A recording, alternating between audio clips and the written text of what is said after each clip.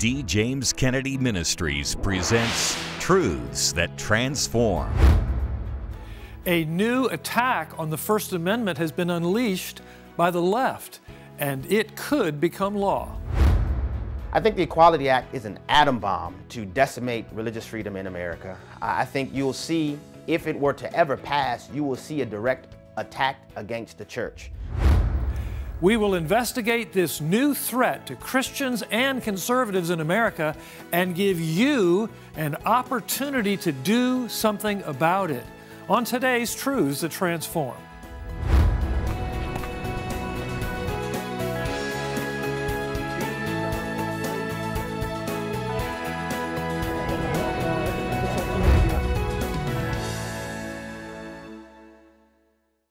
Welcome to Truths That Transform, a production of D. James Kennedy Ministries, where we are standing for truth and defending your freedom. It is becoming increasingly evident that the left, driven by the LGBTQ lobby, has religious liberty and free speech in a chokehold. In March, the U.S. House of Representatives passed the so-called Equality Act, one of the greatest threats to First Amendment freedoms ever considered. On today's program, you'll see what you can do to fight back, and you will discover how false notions of tolerance are being used to rationalize severe intolerance of those holding biblical viewpoints. We begin with the Equality Act passed by Congress. Who can be against equality? We all believe in equality and in real fairness. But is that what the so-called Equality Act is all about? Our own Dr. Jerry Newcomb has more. America was essentially created by Christians seeking religious freedom to worship without the state interfering.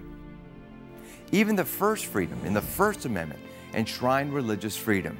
But today, critics note, that freedom is at risk. The Equality Act, of which you are a vocal supporter, that has now come out of the House of Representatives, is a radical piece of legislation that, among other things, explicitly repeals significant aspects of the Religious Freedom Restoration Act to take away our religious liberties. I think the Equality Act is an atom bomb to decimate religious freedom in America. I think you'll see, if it were to ever pass, you will see a direct attack against the church. On February 25, 2021, the U.S. House of Representatives passed the so-called Equality Act with a vote of 224 to 206. The Equality Act is federal legislation that would change the 1964 Civil Rights Act, which was intended to protect against racial discrimination. It would add sexual orientation and gender identity as protected classes. Critics note there's a high cost when we enact laws that abandon God's design and embrace the radical ideas behind sexual orientation and gender laws. Now, it's a very misleading name because instead of creating equality, it would actually create inequality, because it would establish the sexual ideology as a state orthodoxy, and it would lead to the punishment of people who disagree with this politically correct idea of same-sex marriage and gender identity ideology. And that's why we've seen with similar laws in the states that people have been punished. People like Jack Phillips, the baker in Colorado, Barronelle Stutzman, the florist in Seattle. As a follower of Jesus Christ, I believe that the Bible teaches that a wedding marriage is between a man and a woman. While I would gladly serve them anything else, I couldn't create a cake, in this case, create a cake that would imply my participation in that. And the judge basically told me that I can have my faith, but I can't practice it. So he basically told me I had to live my faith within the four walls of the church, which isn't going to happen because Christ is my life.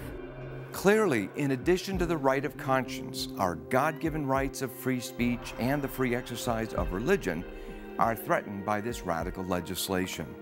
During the hearings in the House of Representatives, there were numerous amendments offered to try to protect religious freedom in America, to allow the church to continue to do its job and to do its business, and they were consistently defeated by the left majority on the House committee, because they understand that religious freedom cannot be tolerated if things like the Equality Act are going to be passed.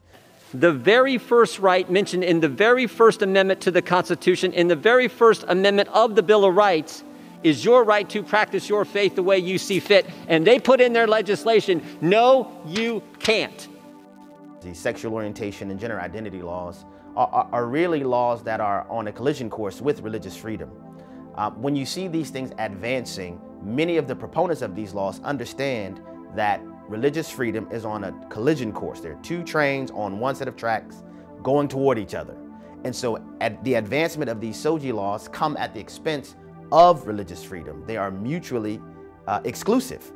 And another consequence, I think, for parents to particularly pay attention to is the potential for the imposition of sexual orientation and gender identity curriculum in public schools throughout the country. So after the 1964 Civil Rights Act was passed, courts began to implement Black history curriculum to remedy past discrimination.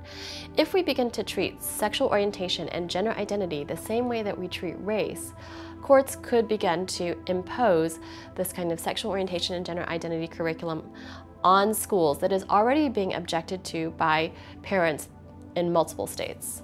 They're really coming after Christians who hold to a biblical worldview on the family because there is just a certain contingent that wants to say your family is what you can create, maybe with your same-sex partner, maybe with your same-sex wife or your same-sex husband, and they can adopt children. And as we see more of these cultural changes taking place through legislation like the Equality Act, especially if it passes all the way through Congress and is signed into law, that's going to be a game changer for the church. And we are just going to have to go back to the basics and say, God taught us what is real. We just can't move away from that. What I always say to Christians is, you know what is true, stay the course.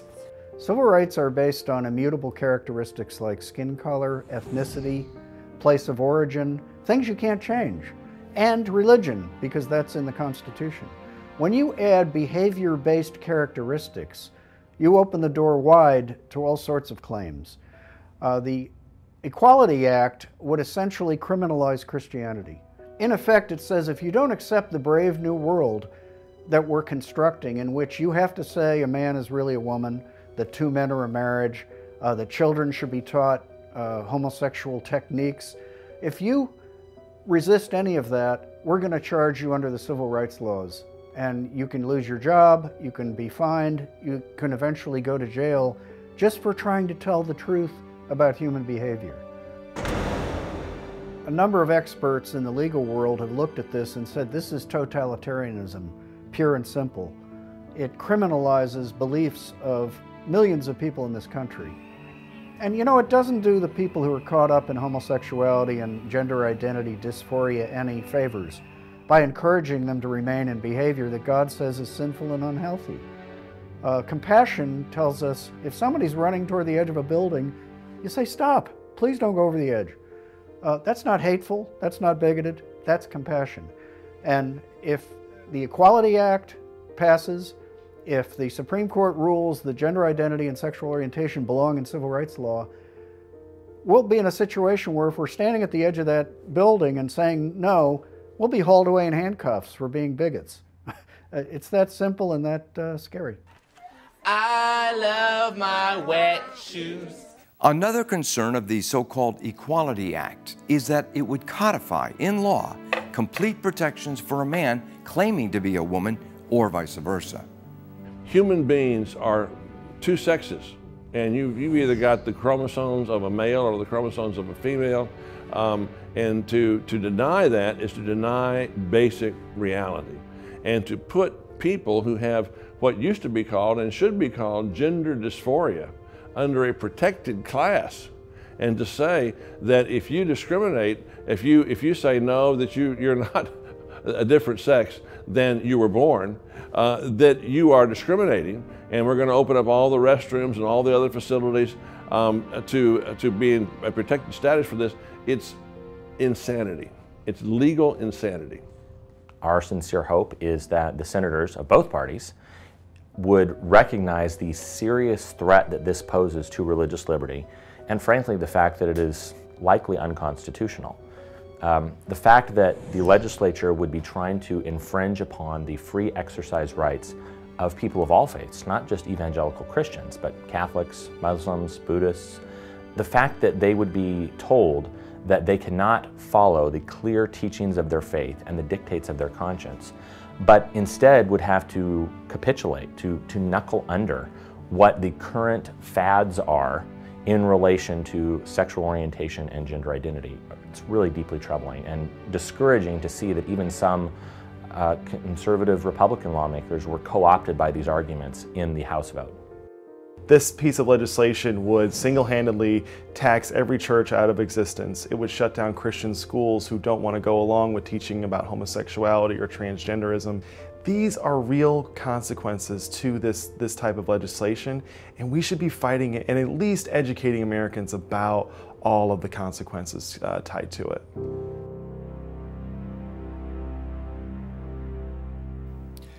As you've just seen, the so-called Equality Act is an attack on our constitutional freedoms. And your senators need to hear from you on this so that they can stop it in its tracks before it becomes law under the Biden administration. We have put together a petition to your senators calling upon them to oppose this harmful and dangerous legislation. But we must act now. It has already passed the House of Representatives, and President Biden will certainly sign it into law if it reaches his desk. Call, write, or visit us on the web at the information on the screen right away to receive your petition. Please sign it and send it back to us as soon as possible, before it's too late. Call, write, or go online to get yours. The Equality Act is the latest iteration of the left's attack on freedom of speech and freedom of religion. But the logic has been in place for decades, wrapped in euphemistic language designed to cover up what it really is. The modern concept of tolerance, like the so-called Equality Act, has been an Orwellian cloak for all sorts of acts of intolerance and repression. Dr. D. James Kennedy saw this clearly as he answers the question, will free speech be tolerated? There are three kinds of tolerance. First, there is legal tolerance, which means that legally in this nation we tolerate all religion or none. In America, anyone can hold any religion he wants or none at all, and he can proclaim it from the highest rooftop or from the highest radio tower. That is legal toleration. It is not illegal to be of any religious persuasion in this country. Dear friends, that is not true in all of the nations of this world. It is illegal in Saudi Arabia to worship any other god but Allah. There is persecution and oppression in numerous countries for worshiping other gods. No, the matter of legal toleration is an incomparably valuable treasure that we have in this nation. That as far as institutions are concerned, that the government has no power to enforce anybody's participation in any religion or in no religion, and that we would always want to fight for. Secondly, there is social tolerance, which means, as it has always meant in America, putting up with ideas that we don't agree with. And certainly every American citizen for several hundreds of years has realized that. And certainly Christians ought to endorse that more than average. We should not only put up with error in other people's views, we should do it graciously, and we should do it lovingly, and we should do it kindly. We are to love even our enemies, even if they are hostile. We are to love them. And we're not to shout or scream or curse or do any of the things that some people do when they hear something that they don't like. So there's legal tolerance and social tolerance. Thirdly, there is intellectual tolerance. And this is a new idea. It's only just being developed in this country. It is totally foreign to historical America. And the idea there is that we are not only to accept other persons, but we are to accept every other view, whether it is intellectual or moral, as being equally true with every other view. That's all part of moral relativism. And therefore, we're not only, as they're pushing now in our colleges, to accept them as true, but we are to encourage each of them equally. And the idea that we would accept one religion more than another is totally unacceptable to the people who insist on political correctness today. But political correctness, which really, I guess, got going about 15 years ago, and I remember when I first heard about it, that on our campuses they were trying to force students to accept every view as equally right. I thought that is the most ridiculous and absurd thing I've ever heard of in my life. Surely, in a year or two, that will disappear. Well, my friends, exactly the opposite has happened. In the last decade or more, it has become more and more entrenched and stronger, and it has been elevated to a new level. It's called hate crimes. Since hate is an attitude of the heart, it may manifest itself in deeds, or in words, or in thought. Now, does that remind you of any book? How about a very famous book by a man named George Orwell, entitled 1984? And in that Orwellian utopia, you had something called thought police. Remember that? You think it couldn't happen? My friends, it has already happened. In countries like the Soviet Union, in the past, China today, and other countries, words or thoughts can be enough to have you thrown in prison. If you were to go to Saudi Arabia and criticize the Quran, their Bible, that is a hate speech crime. Now, did you ever hear the Bible criticized in America? Of course, many times. But you wouldn't do it in Saudi Arabia. Let's take that back. You wouldn't do it twice. Because you see, it is a capital crime. Not only that, the state urges the populace to execute the sentence on the spot where the crime has just occurred. That's where hate crimes can and have and are leading to in certain parts of our world today. And I think the American people are being led by the nose by certain intellectual elites who step by step are passing things where they have their long-range agenda very clearly worked out in their minds. Christianity, of course, does not believe in that sort of thing. In America, we believe in free speech. We have something else that has arisen in recent years. A new right has been discovered. Happily, it hasn't reached the Supreme Court yet to receive the imprimatur of our government, but it is claimed as a right. I'm sure that many of you have heard it, and that is the right not to be offended. You offend me. That offends me. I don't like that. That is an offense to me. You see, I have a right not to be offended. Oh, really? Where did that right come from? If somebody were to say that to me, I think I would say to him, my friend, this, in case you hadn't noticed, is America. There are countries where such a right as that exists.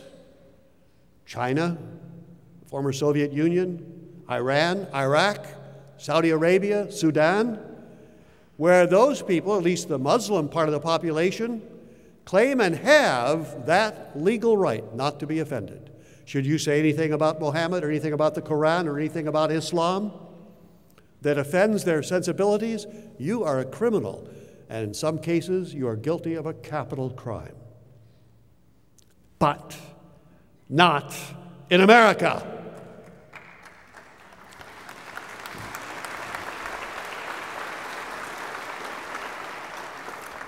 At least not yet. As Dr. Kennedy pointed out, the made-up right to not be offended is now overtaking the actual constitutional right to free speech and free exercise of religion. Heavy-handed punishments are handed down to those whose biblical conscience precludes them from participating in same-sex weddings, or who refuse to use false pronouns to contradict God's creation. The falsely named Equality Act wants to enshrine this rigidly enforced political correctness into law, meting out punishments to Christian schools who expect their teachers to adhere to biblical morality.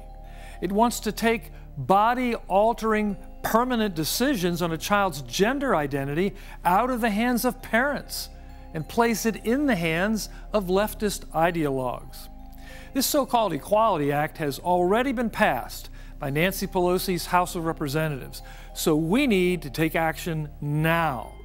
Sign a petition to your two senators calling upon them to defeat this terrible legislation in the U.S. Senate, where it can still be stopped. Contact us right away to get your petitions, sign them, and then return them to us as quickly as possible so that we can all speak with one voice while there is still time. Simply write to us at D. James Kennedy Ministries, Box 11154, Fort Lauderdale, Florida 33339, or call toll-free 877-962-7677, or go online to DJKM.org.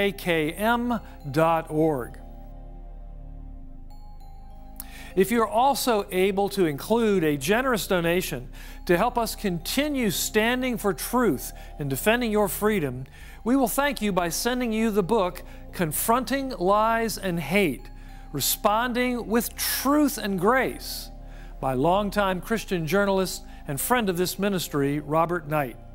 It analyzes the different ways in which this charge of hate has been lodged against Christians and provides biblical, faithful answers for refuting them. And if you're able to give a generous donation of $40 or more, we will send you the book plus our special DVD program, The Age of Gender Confusion. This program clears away the fog of lies and misinformation that are running rampant about gender in our culture. It sheds biblical light on this confusing and constantly morphing subject. That's the helpful book, Confronting Lies and Hate by Robert Knight, which helps you answer typical charges against Christians on these issues, as our thanks for your generous ministry gift to this viewer-supported outreach.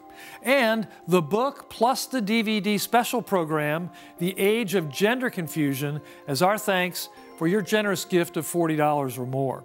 And whatever you do, make sure to contact us to receive your petitions to your two U.S. senators, calling upon them to stand for constitutional freedoms and defeat the odious and misleadingly named Equality Act. Simply write to us at D. James Kennedy Ministries, Box 11154, Fort Lauderdale, Florida 33339, or call toll-free 877-962-7677, or go online to djkm.org.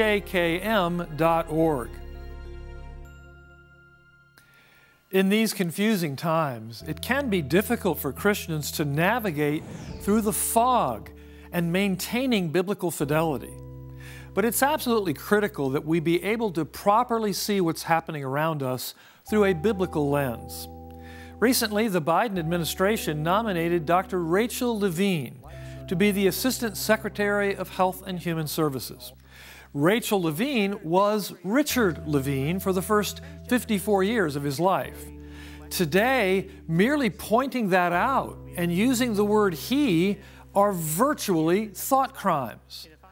Of course, as Christians, we should all have compassion for someone so deeply confused, as well as for his ex-wife and children who have lived through his coming out as transgendered. But are we allowed to ask whether he can properly serve the public as a physician in a cabinet office? Christian theologian Carl Trueman has noted, quote, "Trans ideology involves a fundamental philosophical commitment to the idea that people can be born in the wrong bodies. It's not a scientific statement, but a metaphysical claim about reality and identity that is acutely relevant to the medical profession," unquote.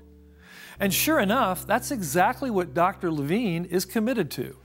He was directly asked two crucial questions by Senator Rand Paul. Do you believe that minors are capable of making such a life-changing decision as changing one's sex? And do you support the government's intervening to override the parent's consent to give a child puberty blockers, cross-sex hormones, and/or amputation surgery of breasts and genitalia? Dr. Levine refused to directly answer the questions, instead responding with palaver about how such medical issues are complex and difficult. Well, that tells you everything you need to know about the radical ideology at the center of his lifestyle. Male and female are not categories we get to decide for ourselves. They are not fluid, and they are not essentially social constructions, which is why Rachel Levine is still a he, no matter his preference. The very first chapter of the entire Bible is clear. So God created man in his own image. In the image of God, he created him. Male and female, he created them. And as Christians, we must oppose those who would criminalize saying so.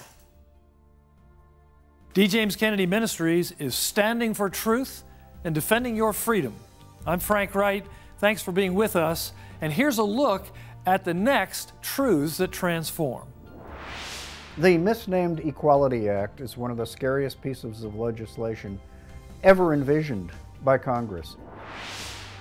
That's next week. This has been a production of D. James Kennedy Ministries.